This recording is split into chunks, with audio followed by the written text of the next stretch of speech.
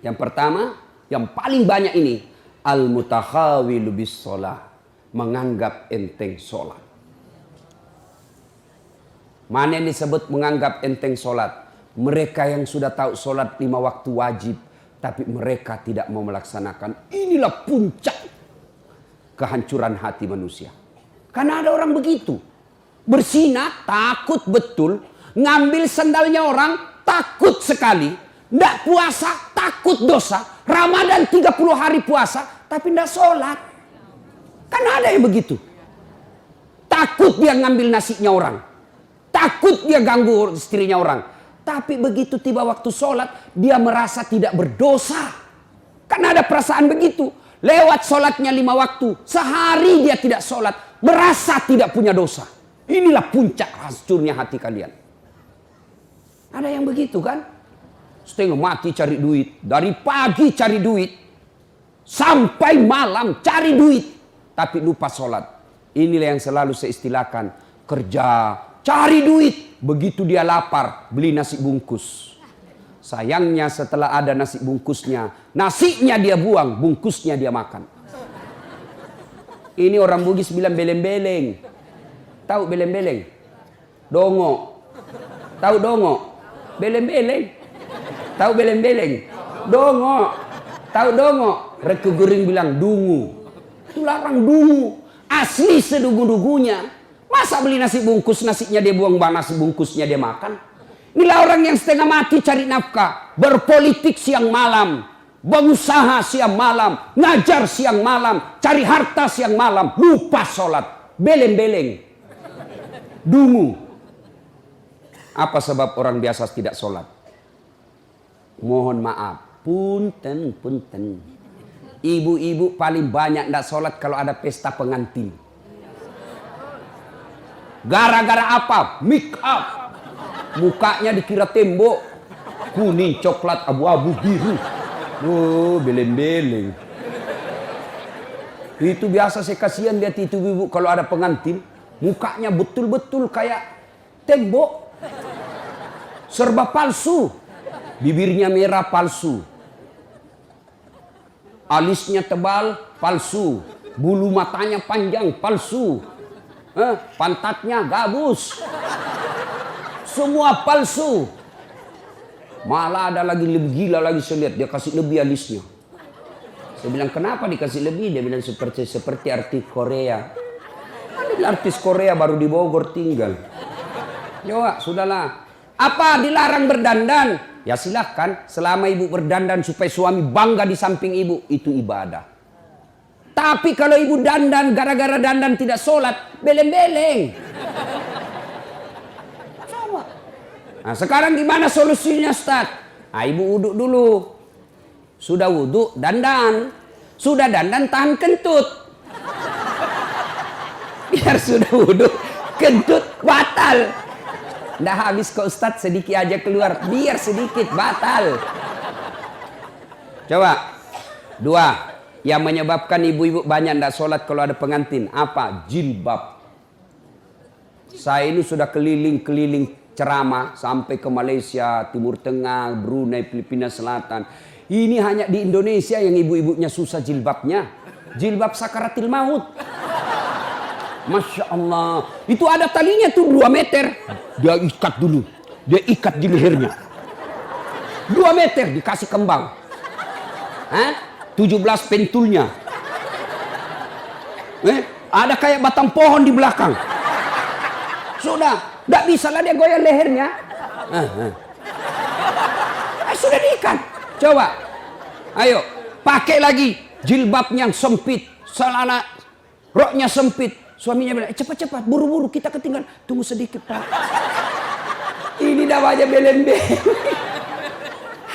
Tiba waktu sholat. Hayya 'alas sholat. Suaminya bilang, bu, baru aja kau pulang umroh. Itu baru 2 bulan yang lalu kau pulang umroh. Ini sudah mau asar kau belum sholat duhur. Sana pi sholat. Apa kata istrinya? Sadar kau Pak. Saya sadar, saya suruh kau sholat. Kau ndak lihat ini jilbabku. 2 jam makainya ini. Beleng-beleng. Sudah ya.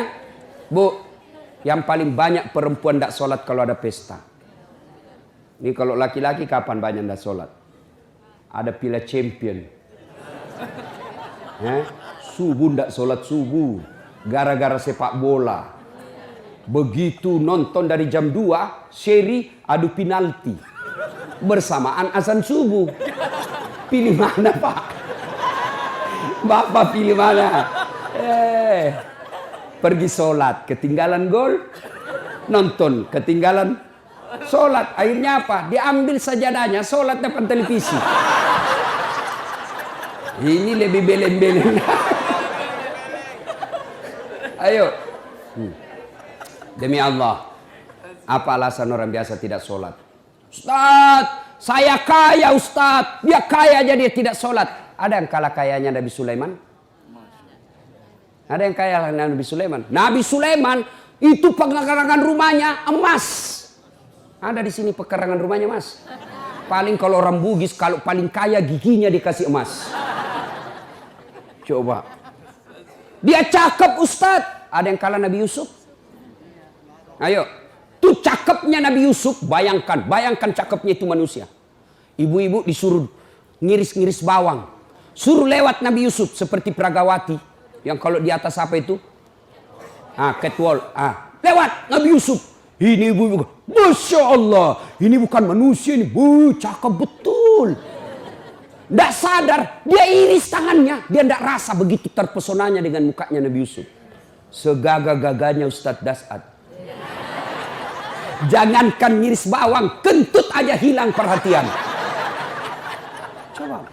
Gagahnya Nabi Yusuf, tapi tetap taat beribadah kepada Allah. Saya kuat Ustadz, binaragawan. Ada kala Nabi Musa. Nabi Musa itu Bu, kalau dia kunci badannya, tembus itu bulu-bulu di bajunya.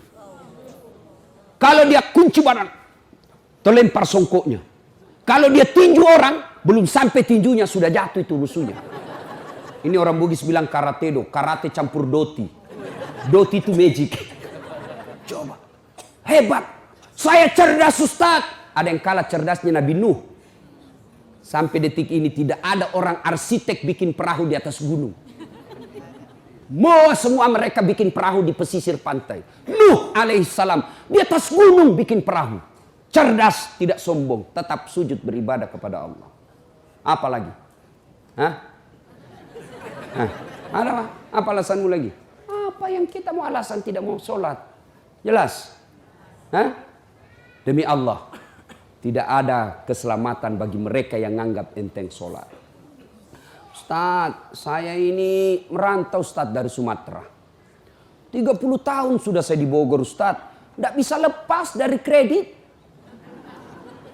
Rumahnya susah, masih ngontrak-ngontrak Ustaz. Periksa sholatmu. Anak saya nakal betul Ustaz. Periksa sholatnya. Kalau sholat baik, mustahil Allah sengsarakan hidupmu. Tuhan apa yang bikin sengsara hidupnya orang yang baik sholatnya? Saya sholat Ustaz. Betul kamu sholat, tapi tidak ikhlas. Ya Allah sholat. Asar lagi. Barusan duhur. Kok tidak ikhlas bos? Ayo. Saya ikhlas Ustaz. Mana ikhlas sholat duhur sudah dekat asar? Ikhlas kan namanya itu. Ayo. Mana ikhlas sholat asar sudah dekat maghrib. 1 kali wudhu itu sudah sholat asarnya. Itu juga maghribnya. Mana? Maka kalau hidup kita susah, jangan cari kambing hitam. Lebih periksa sholatnya. Saya sholat Ustaz, kenapa hidupku susah? Betul kau sholat, tapi sholatmu main-main. Tidak semangat ketemu Allah. Allah.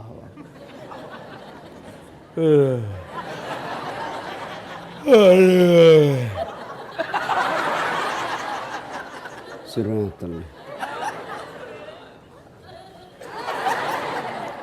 Ada yang sholat seperti itu. Ada. Sholat kayak ditiup angin. Allah.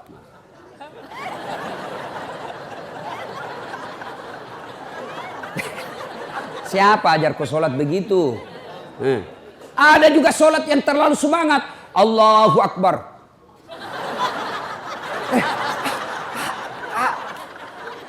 Ibu ketawa karena membayangkan diri sendiri lah.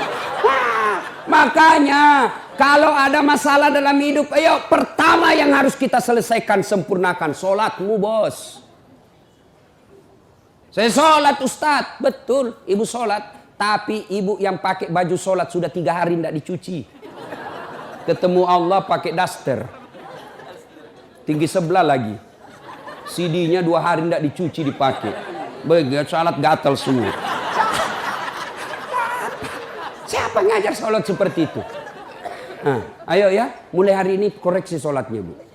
Ibu saya di kampung itu 14 anaknya Bu. Tidak ada sekolah. Bahasa Indonesia tidak lancar. Tapi yang membuat saya kagum, kalau mau sholat, dia ganti bajunya. Saya aja belum mampu seperti itu. Itu di ruang tidurnya, dia gantung kudung dengan bajunya, dengan ada yang pembungkus kepalanya. Setiap beliau mau sholat, pasti dia ganti baju. Masya Allah. Selalu ini yang membuat ibu saya doanya makbul. 14 anaknya.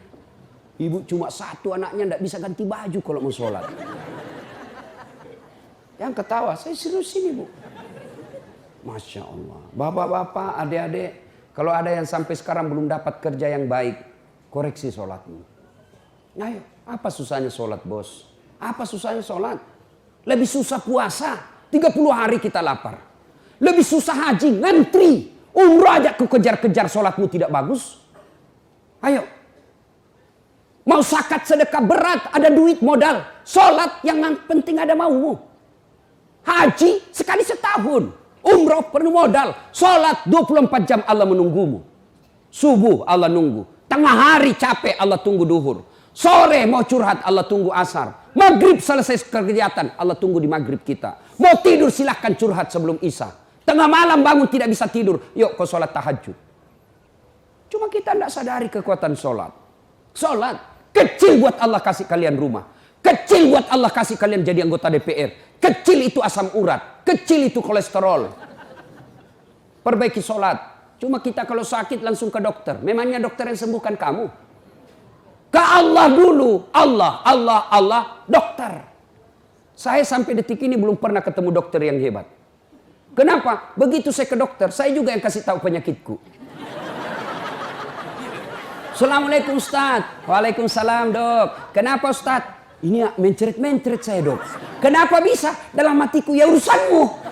Karena kau dokter. Masa saya yang kau tanya? Allah. Tanpa bapak beritahukan, ibu beritahukan. Allah sudah tahu penyakitnya ibu. Yang dokter hebat itu baru muncul. Pasti mencret Ustaz. Ah itu hebat itu. Tapi yang tidak. Iya. Maka bapak ibu sekalian perbaiki sholat. Nah, itu tetangga saya Ustaz tidak sholat, tapi kok rezekinya baik, proyeknya lancar. Oh jangan salah, memang duitnya banyak, mobilnya mewah, rumahnya megah. Tapi apa yang ibu bapak tidak tahu, istrinya selingkuh, suaminya membalas. Banyak kita lihat orang kaya, tapi menderita batinnya. Duitnya banyak, dihormati di kantor, dimuliakan di kantor, tapi sampai di rumahnya dilempar piring sama anaknya masih SMP. Itu sudah banyak duitnya, tapi tidak ada kebahagiaan rumah tangganya. Banyak duitnya, tapi tidak ada bisa dia makan. Duitnya 7 miliar, tapi dilarang makan nasi. Apa enaknya? Dilarang makan nasi, dilarang makan karedok. Apa? Yang bisa dia makan hanya ubi rebus. Duit 7 miliar cuma ubi rebus. Pret. Ya, maka Bapak Ibu, adik-adik jangan galau, perbaiki sholatmu. Saya bisa bicara begini, saya alami. Demi Allah, saya pernah menjadi cleaning service. Bersihkan toilet triple terkenal di Makassar waktu itu. 4 toilet saya harus bersihkan tiap hari. Saya bilang sama koordinator kebersihan, tidak usah gaji saya. Kasih masuk namaku undian umroh kalau ada gratis. Sampai tutup itu kantor tidak dapat. Saya pernah menjadi loper koran. Selesai sholat subuh saya bawa naik sepeda itu langganan harian Fajar di Makassar. Hilang lagi sepeda BMX ku. Tidak tahu sampai sekarang saya belum dapat siapa yang curi. Yang ngajar itu kalau saya dapat itu saya lapor di KPK. Masya Allah. Hai. Saya sering jalan kaki pergi sekolah. Saya pernah dihina kawan saya waktu kuliah. Keluar dari ruangan kuliah. Dia tunjuki saya, Dasat, tidak malu-malu kau, cakar semua bajumu. Cakar itu rombengan. Tahu, baju bekas yang dari Eropa dijual 100.000 kalau di Matahari 100.000 satu. Ini 10.000 4 masih ditawar. Coba bayangkan. Saya tidak marah. Biiznillah, dengan izin Allah, saya istiqamah pelihara sholat dengan sebaik-baiknya. Alhamdulillah, dengan izin Allah, saya sudah punya travel sendiri. Kapan saja saya mau umroh bisa, dengan izin Allah. Kalau kawan saya dulu yang hina saya katakan pakai baju cakar, alhamdulillah sekarang Ramadan baru-baru saya kasih lagi zakat.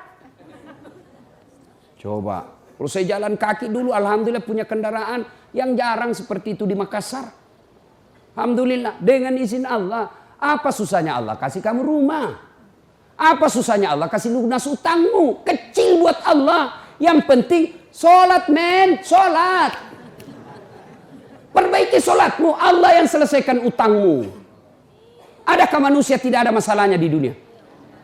Ini malah ibu-ibu penuh masalah, saya lihat mukanya ini. Mana ada manusia tidak ada masalahnya?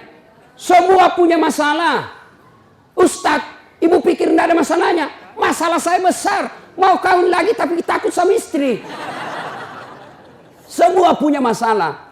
Alhamdulillah Allah tidak berkata, Dasat, kalau ada masalahmu kau jadi anggota DPR dulu. Ada masalahmu kau jadi gubernur dulu. Ada masalahmu kau jadi profesor dulu. Tidak. Allah cuma minta, Dasat, ada masalahmu, ista'inu bis-sabri was-salah. Sabar, perbaiki sholatmu. Saya yang selesaikan masalahmu. Itu janji Allah, bukan janji caleg. Ini manusia, tapi kalau Allah, ayo dek, ada masalahmu, perbaiki sholatmu. Ya, teman setan yang pertama, nganggap enteng sholat. Apa akibat dan hukuman bagi mereka meninggalkan sholat? Lain waktu kita bahas.